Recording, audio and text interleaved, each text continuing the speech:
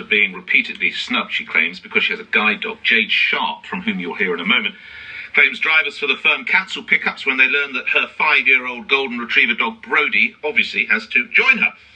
4 Uber drivers have been found guilty of breaching quality laws after TfL, Transport for London prosecution, based on her evidence. And there are 4 more cases still to be heard. A little bit of background. Latest driver convicted was Mahmoud, who's 51, from Tulse Hill. He's got to pay £1,546 in fines and costs at Hammersmith Magistrates Court. Ms Sharp and her friend Vanessa Smith, who's also blind, by the way, booked his minicab to pick them up from a concert at Fairfield Halls on Croydon almost a year ago. But when she called Mahmoud to say Brody would be joining them, Uber has no option in its app to alert drivers. He replied, quotes, "I don't take pets." Well, let's speak with Jade Sharp, who joins me now. So this isn't what... May I call you Jade, or do you prefer Ms Sharp? Jade's fine. Jade's okay. Jade, thank you. This isn't a one-off, then. How many times has this happened to you, and possibly also happened to some of your friends? In total, I have had 9 Uber refusals.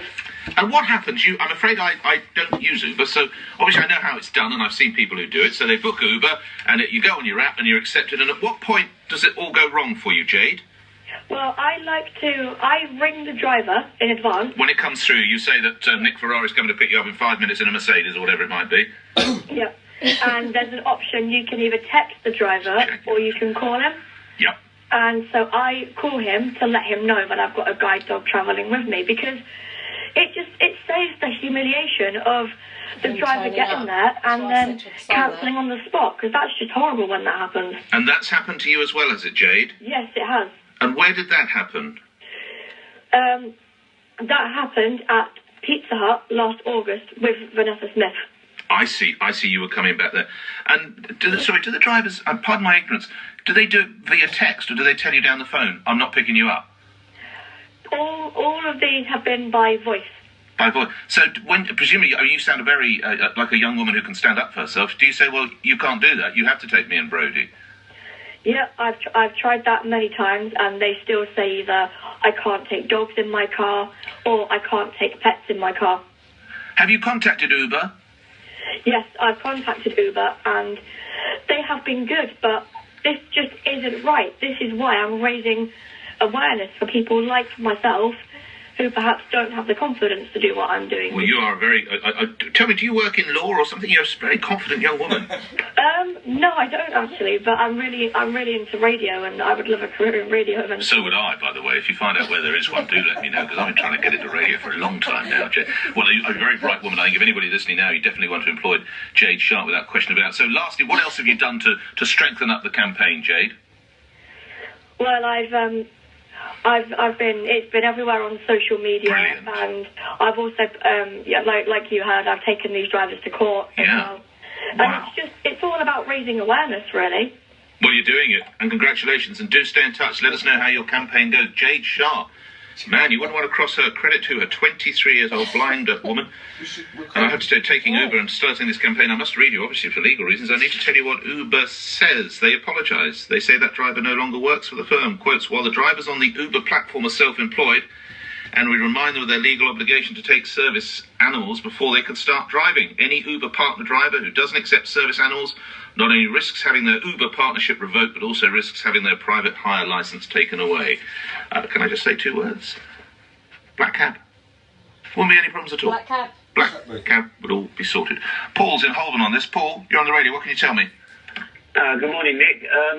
Basically, I'm a bit agog to see how much Uber have to do to have their licence revoked. I mean, they've clearly discriminated against this young lady. Well, the driver's been done, hasn't he? I mean, it has gone to the courts. Well, with all due respect, Nick, the drivers are actually being thrown off the Uber platform. The actual driver hasn't had his licence revoked. Right, I see what you're saying. By TfL.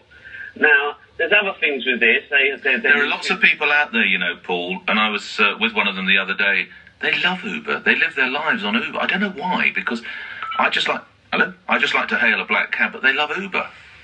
Yeah, I appreciate that, Nick, but what I'm trying to get across is that Uber have a very strange attitude, because in their terms and conditions, they also turned around and said they are not responsible for the driver. It's their partner, as they call it. That's right. So I kind of like thinking that Uber have a moral responsibility to actually vet their drivers in a proper way. And clearly, this man, whoever he is, he's not been vetted. He's not had no background check. Well, I don't know about background check. No. He's not given any formal training at all. And I just find that's morally wrong by that company. Paul, thank you. We'll come back to that in a moment. 8:39 is the time. How does the EU admit they're meddling? How does it affect your lives? Joy is in South Croydon. How is your life affected, Joy? Good morning. Just first of all, the booklet said that we are an independent country, which I thought was really wrong to put that. We pay VAT on tampons. Mr. Cameron has to go to Brussels to get the VAT off tampons. He still hasn't done that. I think he has, hasn't he? I thought he was given that his last time around. No, it's got to go to committee stage. Oh gosh, you're closer to this than I am, clearly. This is an independent country. I read in the Daily Mail yesterday that they're going to do something about weed killer.